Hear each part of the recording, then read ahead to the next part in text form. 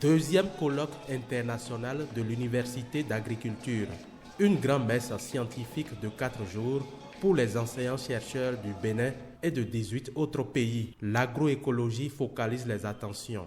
Ce colloque, dont le thème est Agroécologie et développement durable en Afrique, positionne excellemment l'UNA dans sa vision d'être une institution au service de la sécurité alimentaire et du développement agricole en Afrique au sud du Sahara. Le progrès fait entre la première édition, qui a connu la participation de 12 nations, et celle-ci marquée par un accroissement de 50% des nations attendues, nous rassure dans cette marche vers l'internationalisation de la science en faveur des solutions globales pour un développement durable. En soutenant les initiatives de ce type, le ministère souhaite aussi renforcer les capacités de notre pays en matière de recherche et d'innovation. Le thème choisi pour ce colloque est essentiel pour répondre aux enjeux globaux de la sécurité alimentaire, de la préservation de la biodiversité et de la résilience face au changement climatique. L'agriculture occupe plus de 80% de la population active de Sakété qui accueille le colloque. Nous espérons de ces assises des résolutions fortes assorties d'un chronogramme pour l'amélioration des techniques agroécologiques les mieux adaptées aux défis du changement climatique qui, depuis quelques années, impactent négativement notre agriculture. Le port de toge aux enseignants de l'Université nationale d'agriculture, admis aux différents grades du CAMES, marque également le deuxième colloque scientifique international de cette université.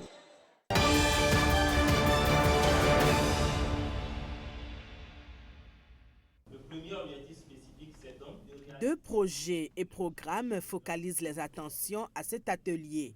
Le projet d'appui à l'accès pour tous aux services numériques au Bénin et le programme d'analyse des systèmes d'apprentissage paysans au profit des lycées techniques et des acteurs de l'agriculture. Nous avons là un programme qui va se mettre en œuvre dans le secteur de l'agriculture et dans le secteur du numérique. Mais il y a bien d'autres secteurs connexes qu'il est important de citer, notamment l'économie, notamment l'enseignement technique, notamment l'administration et la gouvernance et par exemple l'entrepreneuriat. La faculté des lettres, arts et sciences humaines de l'université de Parakou entend jouer sa partition à travers l'une de ces disciplines. La médiation sociale enseignée à la faculté des lettres, arts et sciences humaines contribuera à accompagner le processus de formalisation de ce nouveau savoir en amenant les acteurs à intégrer le fait qu'il est possible de partir de leurs différences et de discuter entre eux tout en réduisant le fossé qui les sépare pour que fassent écho entre eux leurs expériences, leurs pratiques et leurs savoirs dont la nécessité du croisement n'est plus à démontrer. Chaque savoir se vaut et je crois que c'est le message central de la coopération ici sur la recherche, action, formation. Chaque savoir et chaque savoir expérientiel est légitime et il vous est légitime de l'exprimer et nous sommes dans l'obligation de l'écouter, de le recevoir et de lui donner sa vraie valeur. Et on espère vraiment que ce programme nous permettra d'avoir des projets de coopération où chaque savoir expérientiel a sa juste place. Durant les 2 jours des travaux, plusieurs communications seront présentées, notamment sur les méthodes qualitatives pour la recherche-action autour des services publics. Les apprentissages paysans autour des lycées techniques agricoles et la digitalisation des services publics est une communication qui sera présentée par Nassirou Arifari Bako, professeur titulaire d'anthropologie. Pour la formation de ressources humaines de qualité.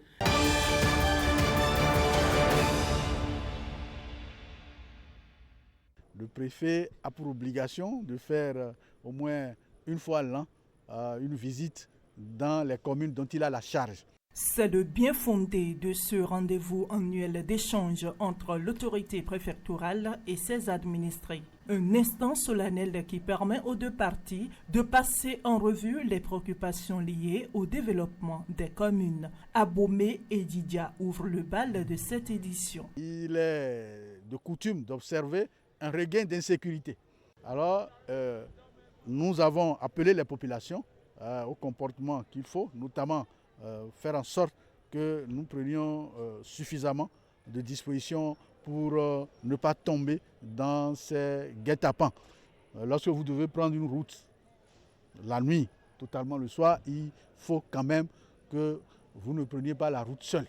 Parce que au moment où la police est en train d'organiser les patrouilles, elle est observée. Le véhicule passe. On sait qu'ils sont déjà passés avant de revenir et ils ont déjà organisé leurs choses. La gouvernance des collectivités territoriales est aussi revenue dans les échanges. Occasion pour les deux autorités communales d'exposer les difficultés auxquelles elles sont confrontées, sans oublier les doléances de leurs concitoyens. De la sécurité publique à l'aménagement du territoire, de l'environnement à l'économie, nous avons à cœur de travailler ensemble pour une commune toujours plus dynamique. Quant au fonctionnement des organes infracommunaux, des améliorations sont à noter au niveau de plusieurs quartiers, de villes, de villages, mais les défis restent à relever. Ce qu'on reproche à la réforme que nous avons mise en place depuis 2022, c'est que le niveau d'investissement n'est pas suffisamment élevé. Les contraintes qu'il y a dans les passations de marché et autres, je crois que les habitudes sont en train d'être acquises et le réflexe qu'il faut pour que les choses se passent bien sont en train d'être mises en place pour que tout se passe bien. La tournée statutaire du préfet Firmin Coton se poursuit dans les autres communes du Zou jusqu'au 29 novembre.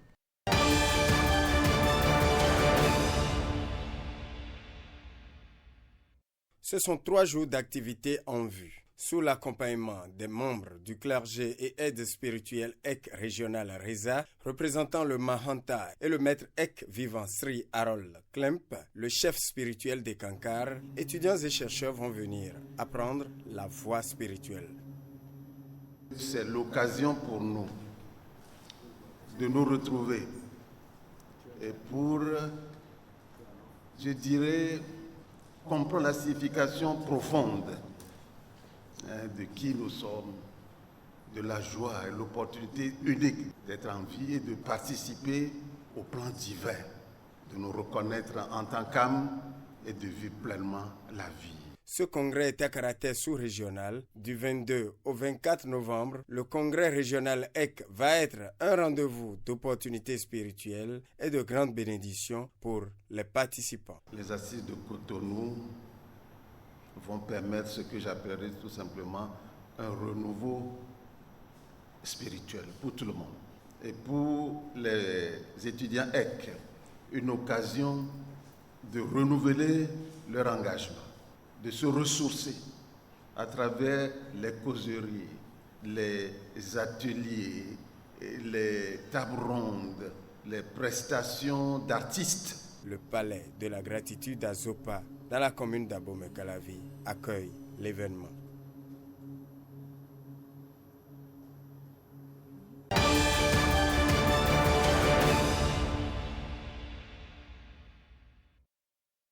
La tournée que nous organisons nous permettra non seulement de répondre à certains questionnements en termes de niveau de performance des actions tendant à accomplir les réalisations physiques ou immatérielles, des facilités et d'instruments de développement tels que les fonds associés et les agences. La tournée servira également de cadre favorable pour recueillir les avis, les suggestions, les besoins et attentes des agriculteurs et autres parties prenantes pour une meilleure répartition des financements sur les cibles prioritaires de l'État en faveur des acteurs du monde agricole. C'est pourquoi nous invitons toutes les parties prenantes à se mobiliser de cette activité afin que rien de ce qui est fait ne reste inconnu ou incompris des acteurs agricoles et qu'aucun besoin du secteur ne soit oublié. Cela nous permettra, à travers cette tournée, de faire le point, commune par commune, département par département, depuis l'avènement du gouvernement du président Patrice Talon, de savoir ce qui a pu être fait pour le monde agricole. Cet exercice qui devrait être un exercice de reddition de comptes devrait mettre en contact les porteurs de causes et les porteurs de responsabilités. Les jurys de la Chambre nationale d'agriculture, en tant que porteurs de responsabilité, devaient aller sur le terrain pour s'enquérir effectivement de tout ce qui a été bien fait et de tout ce qui a été peut-être mal fait ou bien biaisé, pour les porter à l'échelle et pourquoi pas en faire un document que nous allons porter à l'endroit du chef de l'État. Tout ceci, c'est juste pour permettre effectivement d'améliorer ce qui est déjà en train de faire. Cet exercice, qui est naturellement la première, devrait être poursuivi. Il faut reconnaître que ce travail n'est pas un travail facile.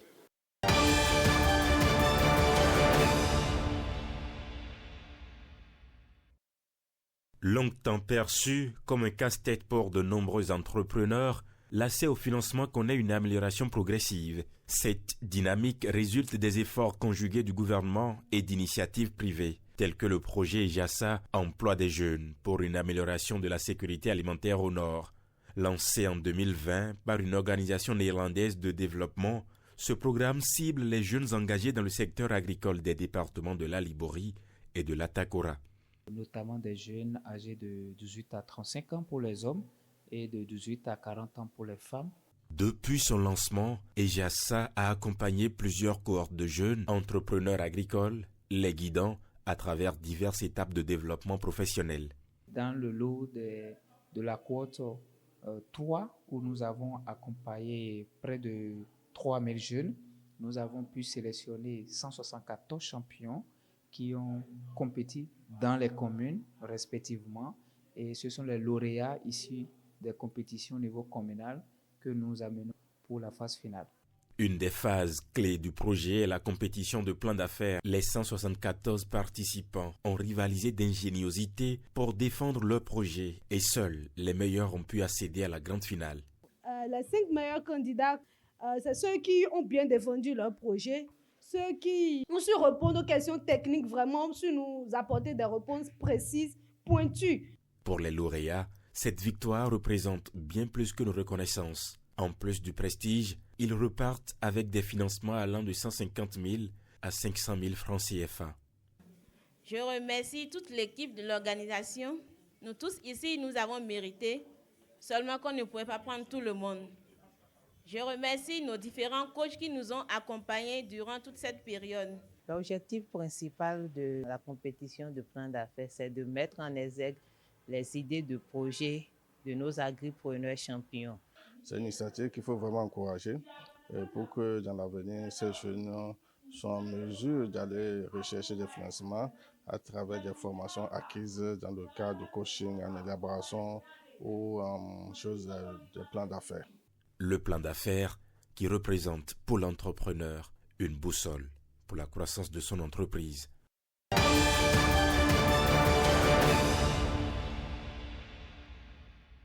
Toastmaster, c'est un mouvement international qui nous apprend l'oratoire, la communication en public, la prise de la parole et aussi le leadership. La 14e édition de la fête de la parole à Parakou démontre au public les avantages du Toastmasters international. L'art du discours du jour a porté sur l'assurance. Notamment la peur du ridicule. À cet effet, ces appuis conseils sont très précieux. Le mien m'a apporté confiance en soi et de l'assurance. Il a su créer et maintenir en moi le désir d'apprendre pour repousser mes limites. La formation des membres pour les rendre plus productifs dans la société, la capsule éducative sur construire et dynamiser sa carrière professionnelle y concourt. Que proposez-vous pour un meilleur devenir de notre mouvement? L'apport des uns et des autres contribue à parfaire ces exercices pratiques. Une très belle fête. Et si je m'en tiens simplement aux commentaires des invités qui sont venus, la première fois pour certains, deuxième, troisième fois pour d'autres, la satisfaction qu'ils ont exprimée à la fin de cette session témoigne de la réussite que nous avons pu obtenir à travers cet événement qui est la célébration de la fête de la parole? J'exhorte ceux-là qui ont encore de difficultés à avoir confiance en eux, qui ont de la peine à prendre la parole en public ou qui cherchent à être leader dans leur domaine, de venir à Toastmasters. Toastmasters a tout ce qu'il faut pour les transformer. Pour l'édition à venir, les réflexions se mènent déjà pour rendre cette fête encore spéciale.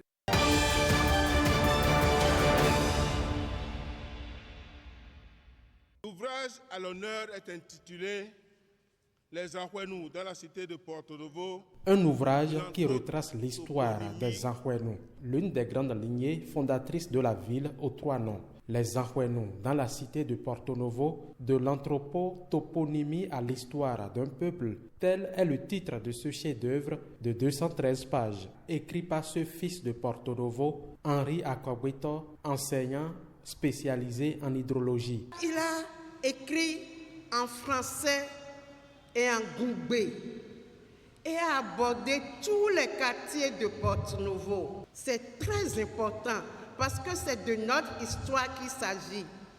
Hier, ce sont les autres qui nous écrivaient notre histoire. Aujourd'hui, c'est nous-mêmes qui prenons l'engagement d'écrire notre propre histoire. Consultation de sources orales et écrites et même des fouilles archéologiques, l'auteur ne s'est donné aucune limite dans ses recherches pour écrire l'histoire des Anhouenous. Les Anhouenous, c'est d'abord les gens qui sont caractérisés par les cicatrices raciales. 1x5 ou 2x5. Des gens qui font ce qu'on appelle la crânographie. C'est des gens qui ont d'autres pratiques. Ils adorent le dangbe. Ils ont le dangbe comme caractéristique. Ils ont encore d'autres pratiques qui les caractérisent.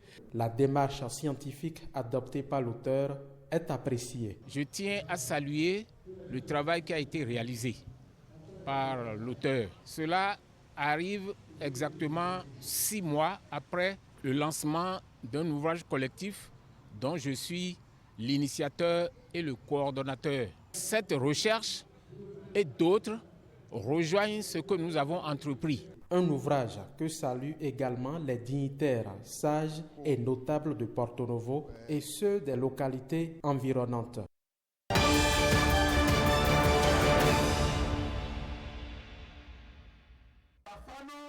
Plusieurs activités ont marqué cette année cette 5e édition des retrouvailles annuelles des filles et fils de Lalo, dénommée Lalo-Houé Novillon, placée sous le thème « Filles et fils de Lalo, ensemble pour la prospérité ». Ensemble, nous devons œuvrer pour le développement économique, social et culturel de Lalo. Nous devons encourager l'éducation de nos jeunes, soutenir nos entrepreneurs locaux et préserver notre riche patrimoine culturel. Dans l'amitié, la fraternité et la solidarité, on peut faire beaucoup de choses. Ces moments festifs où on ne parle ni politique, ni nos problèmes particuliers, personnels, mais le problème du développement de Lalo, c'est des occasions exceptionnelles.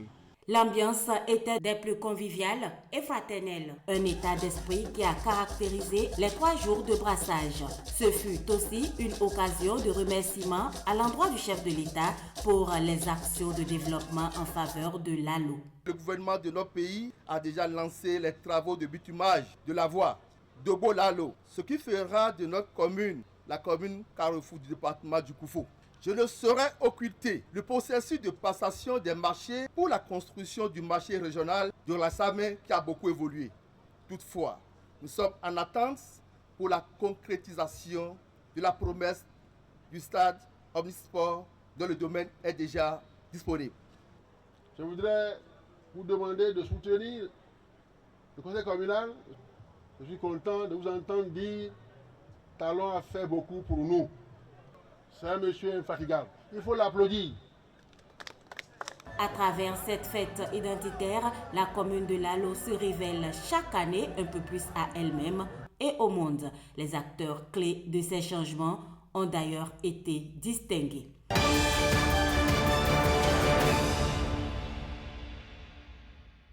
Dans les virages, ça répond très bien. Il y a une stabilité dans les virages. C'est intéressant.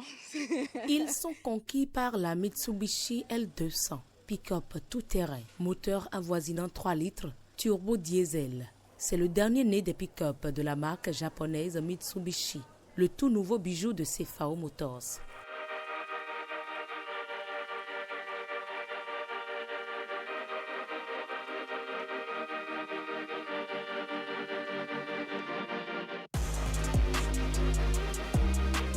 C'est la 6e génération, ce qui veut dire 5 générations d'expérience de ce modèle-là. C'est surtout un pick-up extrêmement robuste qui a gagné en galbe, puisqu'on est sur une longueur de 5,26 m, 1,76 m de hauteur, 1,86 m de largeur, qui permettra d'abriter tous les voyageurs en tout confort.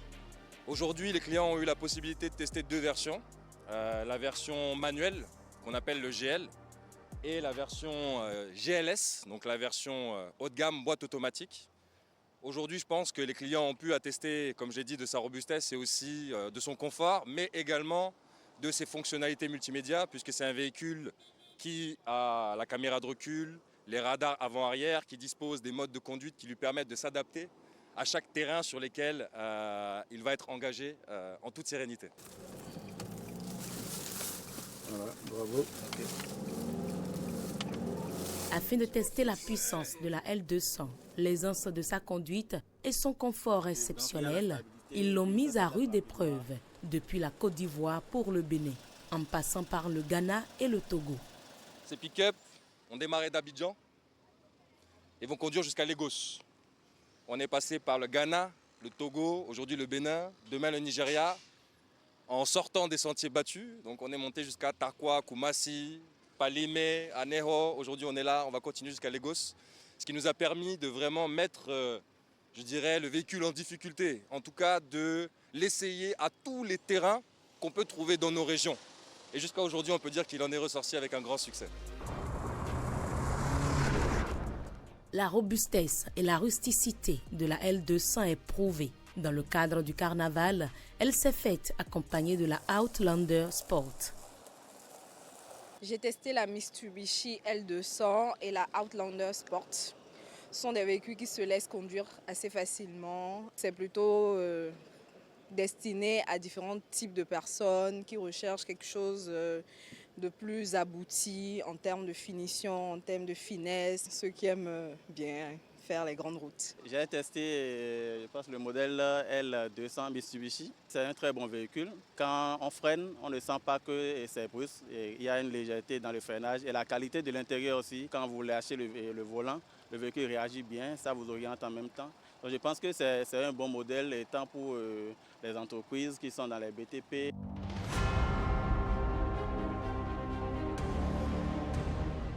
C'est un véhicule qui est adapté à l'Afrique puisque CFAO fait confiance à Mitsubishi depuis 41 ans. Si vous regardez sur les routes béninoises, vous avez déjà dû voir du L200. Les clients qu'on a pu rencontrer jusqu'à aujourd'hui en sont très satisfaits, notamment par ses caractéristiques, mais aussi par, je dirais, son positionnement prix qui fait sens par rapport à ce qu'on constate sur le marché à l'heure actuelle. Toute personne qui a déjà acheté un pick-up, qui utilise ça, va trouver son bonheur avec ce pick-up-là. On invite nos clients à continuer à suivre un petit peu nos différentes actions de lancement. On a donc une campagne qui est prévue, qui sera sur les réseaux sociaux, affichage, et bien évidemment dans tous nos showrooms de Cotonou, Erevan, Vedoko et Gangui qu'on vient d'ouvrir, qui est tout nouveau, que je vous invite à venir découvrir. C'est un espace fantastique, entièrement pensé pour les clients, pour qu'ils soient à l'aise, prendre le temps de découvrir les spécifications de tous nos véhicules, et on vous attend bien évidemment nombreux. Se laisser tenter par la Mitsubishi L200 by CFAO, c'est ce qui reste à faire par ces clients privilégiés de CFAO Motors.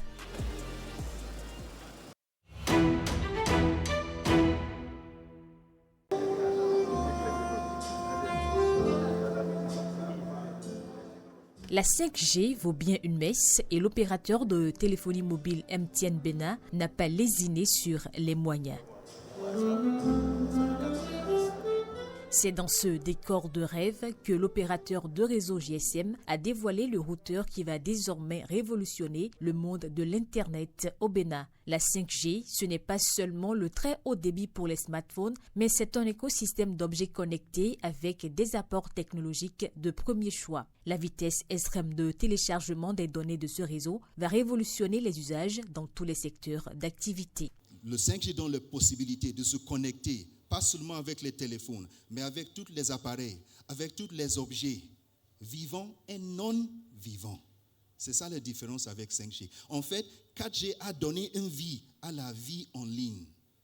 C'est ça que 4G a donné. Mais 5G a donné la puissance de connectivité pour tous les objets existants dans notre monde en entier. Aujourd'hui, grâce à 5G, c'est possible de connecter nos villes, de connecter les cités, de connecter les villages, de connecter les hôpitaux, de connecter notre frigo, de connecter notre maison, de connecter les climatiseurs, de connecter notre matériel agriculturel.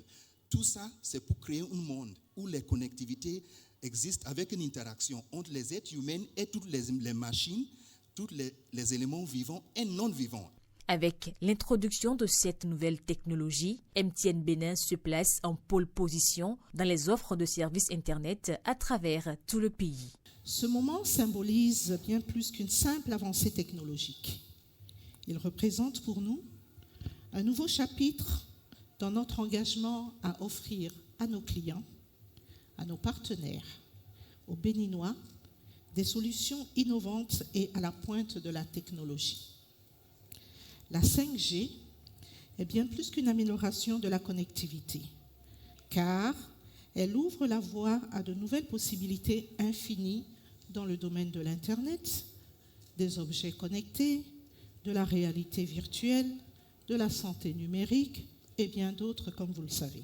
L'exploit de MTN d'être le tout premier opérateur GSM à lancer la 5G au Bénin a été bien apprécié par les milliers d'abonnés. Au cours de cette cérémonie placée sous le sceau de cette nouvelle technologie, les invités triés sur le volet ont touché du doigt un pan entier de l'arsenal qui se dresse derrière la 5G. Cette technologie améliorera non seulement la vie de nos abonnés, mais également l'économie de notre pays. Actuellement, la 5G est disponible dans certaines zones de Cotonou et de Calavi. Et nous avons l'intention de l'étendre progressivement à l'ensemble de notre pays. Pour les clients, la 5G introduit une connectivité plus rapide. Cela a déjà été dit, mais au-delà de la connectivité, la 5G nous apporte une nouvelle expérience. Imaginez-vous la diffusion en continu de vidéos en très haute définition, des jeux en ligne ultra réactifs, des téléchargements de contenus volumineux, sans oublier certains capteurs, notamment des vidéosurveillance ou du pilotage à distance de votre maison pour l'efficacité énergétique par exemple. En un mot, la 5G permet à chacun d'avoir un mode de vie plus moderne, plus connecté, tout simplement plus efficace. Avec des débits plus importants que la 4G et des temps de latence considérablement plus courts, ainsi qu'une capacité d'utilisateurs simultanée jusqu'à 10 fois plus grande que la 4G, la 5G s'impose comme la future norme de connectivité. Son utilité est reconnue notamment pour le développement des villes connectées, des véhicules intelligents, mais aussi pour les industries ou encore dans des domaines comme la gestion portuaire.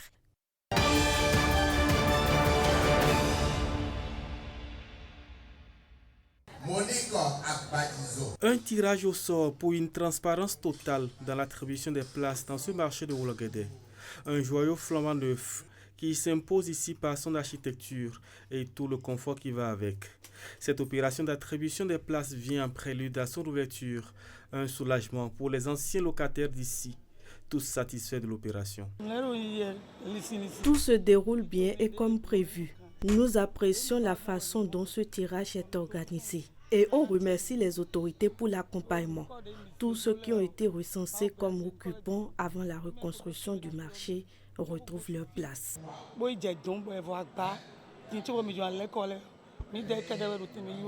Vraiment, ça a bien passé. Ce que nous, on ne savait pas même ça va passer, c'est ça que ça a passé. Vraiment, ça a bien passé. On est très contents. On est très contents, wallahi. Nous remercions les autorités qui sont venues ici nous accompagner pour ce tirage au sort.